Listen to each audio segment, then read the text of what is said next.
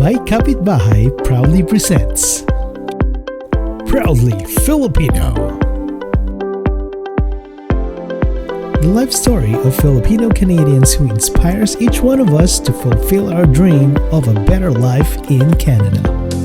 We are showcasing Mr. Paul Saguil, a Liberal candidate for the upcoming Ontario provincial elections in the riding of Willowdale, Toronto. Paul Jonathan Saguil is an accomplished lawyer holding the position of Deputy Head, Global Sanctions Compliance and Anti-Bribery Anti-Corruption Program as a part of Global Anti-Money Laundering Department at TD Bank.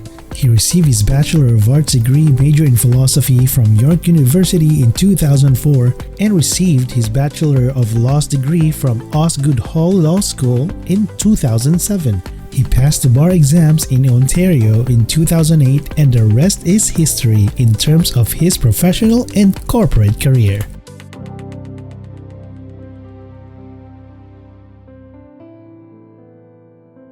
Magandang araw sa mga kababayan. My name is Paul Saguil.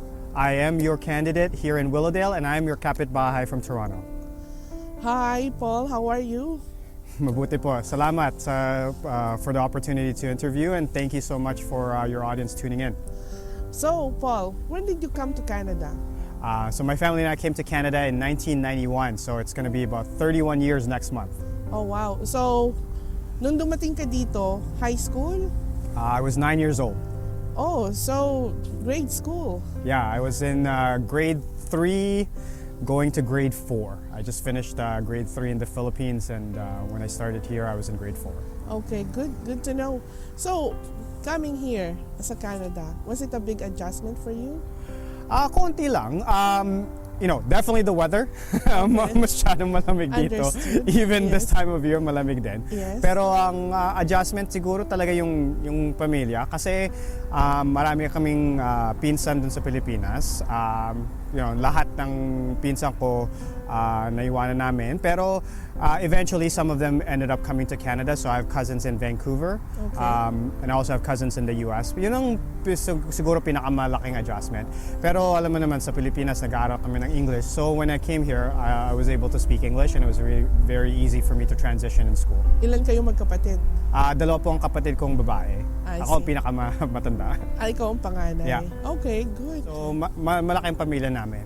Okay. Nung pumunta kami dito, kami lang. So my parents and my two sisters. My lola and lola eventually came with us to live with us, Okay. but that was for a while. It was just the five of us here. Nung unang dumating yung parents mo dito, nahirapan ba sila in terms of looking for a job? What did they do when they first came? So my mom is an accountant, Okay. and that was one of the challenging things. Yung lisensya niya dito kailangan ma-recognize. So she had to upgrade her education. Nagtrabaho siya sa private company, tapos nag-aaral din siya sa gabi sa Humber to increase her accreditation. My dad has been working for the same company actually since he came to Canada.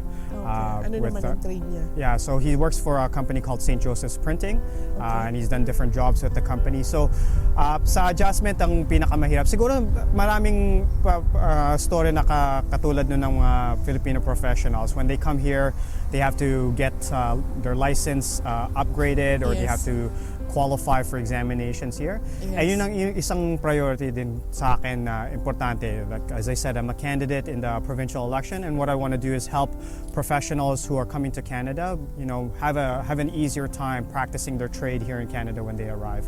And I want to make it easier for folks when they migrate so that to be able to find jobs and opportunities here. Because that's why we come here. Yes. Right? Why did you take law? Sa akin importante yung interesado ako sa gobyerno, interesado ako sa politics, interesado din ako sa human rights. So sa akin, law school gave me an opportunity to understand how the system works and then to use that knowledge to better serve my community. And I got scholarships, I had Okay. good grades, so I was able to, to have some support. Yes. Pero sa akin, importante yung inisip ko yung mga estudyante na walang tulong sa pamilya, walang Yes. tulong sa gobyerno, Yes. how are they going to be able to afford school? So that's what I want to have, Again. as one of my priorities is to make sure that people have that opportunity to succeed. Isa pang problema o isang challenge din sa akin, yung alam mo na, yung networking is really important. Yes. Having role models, having people you can look up to. Nung pumunta ako sa eskwela, especially law school, wala akong kilalang Pilipino na abogado. Wala akong kilalang Pilipino na professional na pwede akong mag-mentor sa'yo. Yeah, and tanungin, how does this work? You know, Yes, how do you apply for jobs? How do you interview? Yes. So yun ang isang din focus na ginawa ko sa career ko, na tumulong akong sa mga ibang Filipino students, the young professionals, to help them advance in their career. Ngayon, malaki na ang network natin. Maraming Filipino-Canadian na abogado, meron tayong mga judges na appoint na. So ngayon, Yes. mas maigi para sa next generation of Filipino professionals. Pero marami para tayong kailangan gawing trabaho na to get to the representation that we need in those spaces. We still need more people to go to school and succeed, not just in law, in business, in different parts of corporate Canada. So the first thing I want to say is, whatever job and whatever profession you have, I want it to be meaningful for people. So, not everyone wants to go to law school, not everyone wants to go to work in an office. And so what I want people to have is the opportunity and the choices, right? So I don't want people to take a job because it's the only thing that they can get. If they want to work in trades, if they want to work in retail, if they want to work in entertainment or the arts, I want them to do that because that is their passion and that's what they really want to do. And if people want to do law school, I want them to have the choice, right? Yes. And so that to me is the most important thing. Second is, I want people to know that they have support. They have networks that they can count on. And so to me, it's really important that we support our Filipino youth in whatever passion that they have. We know, statistically speaking, there have been studies about this, that Filipino youth, especially young men, are less likely to complete post-secondary education. Yes. They're behind on their peers, including other visible minority communities in completing post-secondary education. Yes. And I want them to know that it is really important for them to have that option, to have that choice to do post-secondary education and to complete that choice, because it offers other opportunities. It opens up doors. And so I want them to make those choices smartly, and to make those choices knowing that they can have the support. So if they do want to go to school, if they do want to finish university, that they have supports available. I believe in this beautiful province and this beautiful city, that it offers amazing opportunities for people. And as I said, this is why a lot of us come to Canada, is to build a better life for ourselves and for our family and for the next generation. And so I want that for the new migrants, for even temporary workers or students who are coming here and then testing things out.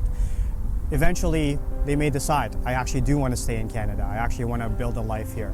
And what is important to me is that we build a province and we build a city that can support newcomers. And when people, are down on their luck, we want to make sure that our social system provides them that support. Right? We have different programs that are available, Yes. and we want to make sure that those programs are strong, because they have been tested. Particularly our healthcare system has been tested during the pandemic. So for people who are coming here, I think we have to make sure that we have the social infrastructure to help them succeed. So we invest in our schools, we invest in our healthcare system, Yeah. we invest in public transportation, so that for people who are going to school, who are trying to find jobs, who are caring for their families, that they know that this province and the city is there to support them. Okay. So I have to recognize I've been very blessed and lucky in my career, right? And I've had a lot of, good support with my mentors and other people in my life that have supported my career advancement. And what I've focused on is to pay that forward, right? To pass the torch and to make sure that we create networks of support. And that's something that is, deep ingrained in me, is that you don't take your blessings for granted. You make sure that other people can benefit as well. So in addition to the title that you read out, I am also an executive co-sponsor of the Filipinos at TD Employee Resource Group. So we've created a group within my company to support other Filipino Canadians That's great. who are trying to, make their way up the corporate ladder, as you said. But it's not just within my company. This is the kind of thing that I've done in other parts of the community. I've been a member of an organization called the Federation of Asian Canadian Lawyers. I've been on the board of an organization called the Interior Justice Education Network. Yes. And these types of things are the ways that I've made a contribution by mentoring younger professionals, by making sure that they have someone that they can go to and ask those types of questions. And when there are opportunities that come to my attention, I try to reach out to my network and say, no, you should apply for this. This is a really, really good role for you to try your hat at, to expand your horizons. Okay. And when people ask for advice, I always sit down with them and make time with them. So to me, it's really, really important that we have people in leadership positions who recognize their privilege, but also use that platform to advocate for others. Yes. And that's what I've done in my entire career. And this is why I'm running for politics. It is because we've never had a Filipino at Queen's Park. We are the largest province in Canada, the most populated province in Canada. The Filipino-Canadian community is one of the fastest growing and largest minority populations, and we've never had a Filipino-Canadian at Queen's Park.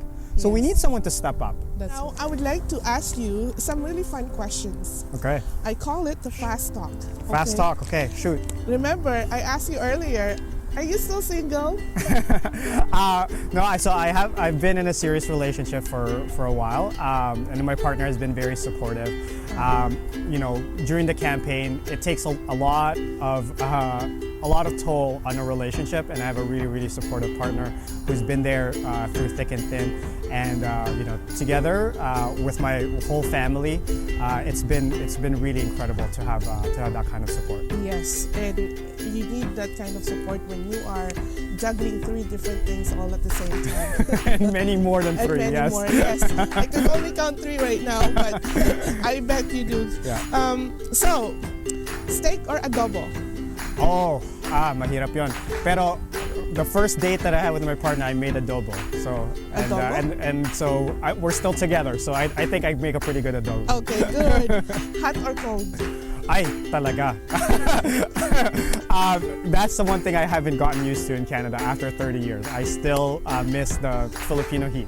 So, cat or dog? I'm a dog person, so I was born in the year of the dog. Oh, okay, Yeah. good. Milkshake or halo-halo?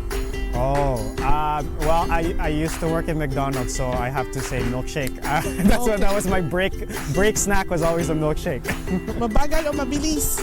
Ay, palagi akong mabilis. Minsan pag tumatakbo ako, nadadapas ako. Basketball or hockey? So that part, I'm actually very Canadian in that regard. I prefer hockey. Okay. Do you play hockey? I can skate. I don't know if I can play hockey. Okay. Good. Lights on or lights off? Siguro lights off kasi I like listening to music, so and I like to close my eyes when I listen to music. Okay. Jollibee or McDonald's? Jollibee, 100%. Okay, 110%. So I'm a Jollibee tourist. So Alright. something that on my spare time and before the pandemic, I used to travel a lot, and my goal is to travel to every Jollibee location throughout the world and have a Jollibee burger wherever I am. That's good. And what was the nicest thing said about you? The nicest thing that somebody said about me, I think, is that I'm generous. And sometimes, I don't even see it as that. I said before that I pay it forward. So I don't even think about it as being generous. I just think about, the blessings that I've had in my life, the family that I have, and the support that I have from the community. Mm-hmm. And I can't keep that to myself. I have to pay it forward. And last question, what defines you? To me, I think there's a phrase that I learned as a very young kid called servant leadership. And to be a leader, you have to be a servant, right? And I think to me that is the most important thing. This is why I'm running, as I said, Yes. is to make sure that there is someone out there advocating for our community. So sa mga kapitbahay, mga kababayan, maraming salamat. I hope to make you proud, and I hope in this election that we will be able to make history.